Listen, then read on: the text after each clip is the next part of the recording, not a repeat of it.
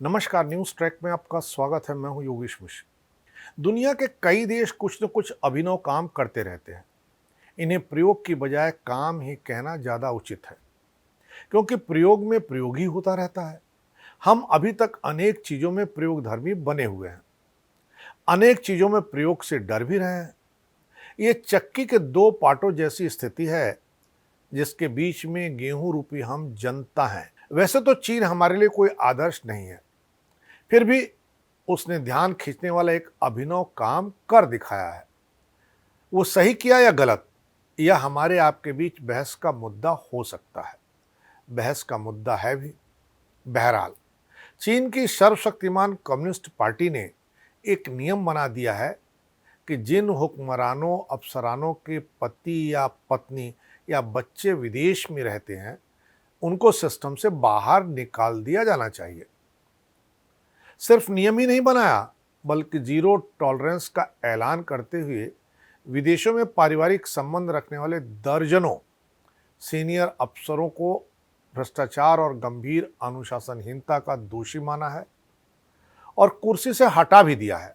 चीन ने ऐसे लोगों को नेकेड ऑफिशियल नाम दिया है। यह सिस्टमेटिक सफाई मंत्री से लेकर मेयर, बैंक गवर्नर, यूनिवर्सिटी के टॉप अधिकारी, यानी हर एक के खिलाफ की गई और इसमें लगातार तेजी लाई जा रही है।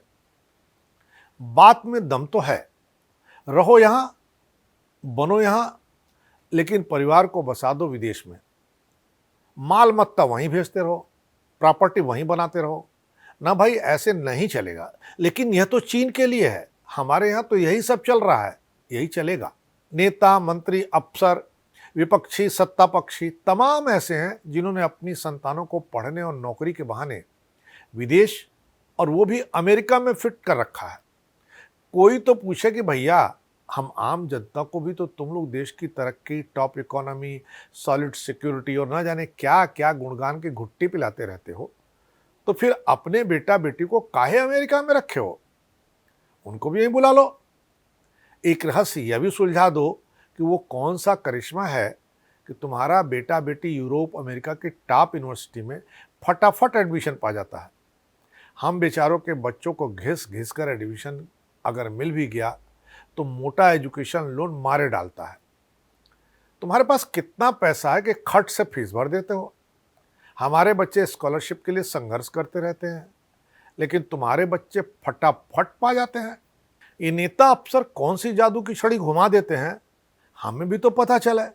हमारे बच्चे वहां पढ़ने जाएं तो लोन में डूबें, किसी तरह अपना काम चलाएं, लेकिन हमारे मंत्री, नेता, अफसर के बच्चे किसी रेस्तरां में बर्तन धोते, पेट्रोल पंप पर काम करते, पिज्जा डिलीवरी करते नहीं देखे जाते।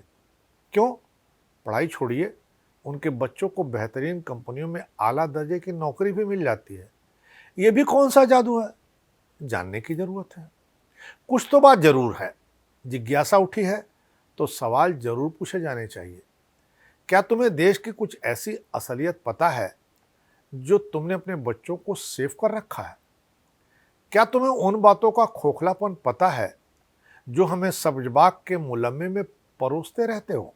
हमसे तो देश की सुरक्षा की बड़ी उम्मीद करते हो, लेकिन तुम्हारे बच्चे विदेशों में पर्दे के पीछे कोई कारनामा नहीं करते हैं, इसकी क्या गारंटी है? तुमने अपना भविष्य विदेशी बैंकों, विदेशी प्रॉपर्टी में सुरक्षित कर रखा है, उसका क्यों नहीं खुलासा करते? जब इतना विदेशी कनेक्शन है तो तुम्हारी देशभक्ति की क्या गारंटी है? जब इस देश में तुम्हारा कुछ स्टेक पर नहीं है, तो भला क्यों यहाँ की फिक्र करोगे? तुम यहाँ के लिए काम क्यों करोगे? यहाँ के लिए कुछ सोचोगे क्यों? आखिर इंसान सब कुछ अपने परिवार और अपने बच्चों के लिए ही तो करता है, और तुमने अपने परिवार, अपने बच्चों को बाहर फिट कर रखा है। फिर यहाँ की फिक्र क्यों होगी? AQI, महंगाई, क्राइम, पर्यावरण, जाति, किसी भी चीज की क्यों फिक्र होगी? हमें जानने का पूरा हक है। हमें भी पता चला कि हम जिसे वोट देकर देश, प्रदेश, शहर का शासन सौंप रहे हैं, उसके विदेशी कनेक्शन क्या हैं। सवाल यह भी है कि आखिर विदेश प्रेम क्यों है? यह प्रेम भी है या कुछ और है? यह भरोसे की बात तो नहीं है।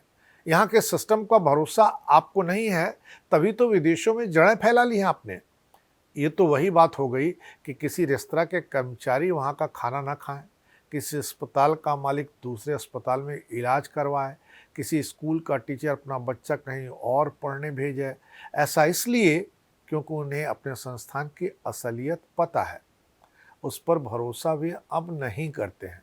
उपाय एक है, हम सब कुछ जानें। ठीक वैसे ही जैसे हम चुनावी एफिडेविट में क्राइम और प्रॉपर्टी का रिकॉर्ड देख लेते हैं, क्यों ना उसमें एक कॉलम बढ़ा दिया जाए कि हमारे वोट के आकांक्षी लोगों की कितनी संतानें विदेश में पढ़ रही हैं, काम धंधा कर रही हैं, विदेशी नागरिक हैं। यही जानकारी हमें अपने उन अफसरों की भी मिले जो पावरफुल पोजीशनों में हैं। बात गंभीर है और गंभीरता से जवाब भी मांगे जाने चाहिए। जवाब कोई और मांगेगा नहीं, सो किसी और से उम्मीद नहीं की जानी चाहिए। हम चीन को आदर्श न मानें, लेकिन जब हम अमेरिका की सड़कें, सिंगापुर का ट्रैफिक सिस्टम, ब्राज़ील की सफाई व्यवस्था आदि को अपने यहाँ लागू करने की बात करते हैं, तो विदेशी कनेक्शन वाला सिस्टम क्यों नहीं लागू करें? स्वदेशी के नारे में इसे भी शामिल कर लें और पावरफुल लोगों से इसकी नज़ीरें शुरू करें। यह किसी एक देश, एक पार्टी या एक विचारधारा का सवाल नहीं है। यह भरोसे की बात है, यह भरोसे का सवाल है। लोकतंत्र में सत्ता उधार पर मिलती है। उसका सबसे बड़ा गारंटर जनता का विश्वास होता है। अगर नीति बनाने वालों का भविष्य, परिवार और पूंजी इस देश से बाहर सुरक्षित है, तो यह पूछना न तो अपराध है और न ही ईर्ष्या। ये सरल या नागरिक अधिकार है। हमें जानना ही चाहिए कि जिनके हाथों में हमारे आज और कल की चाबी है, उनका अपना कल कहाँ किस लॉकर में है। जरा सोचिए, क्या यह सही है कि पारदर्शिता कोई एहसान नहीं होती, बल्कि लोकतंत्र की न्यूनतम शर्त होती है, और इस न्यूनतम शर्त को पूरा करना सभी राजनेताओं और अहम कुर्सियों पर बैठे सभी अफसरों की जिम्मेदारी होनी चाहिए।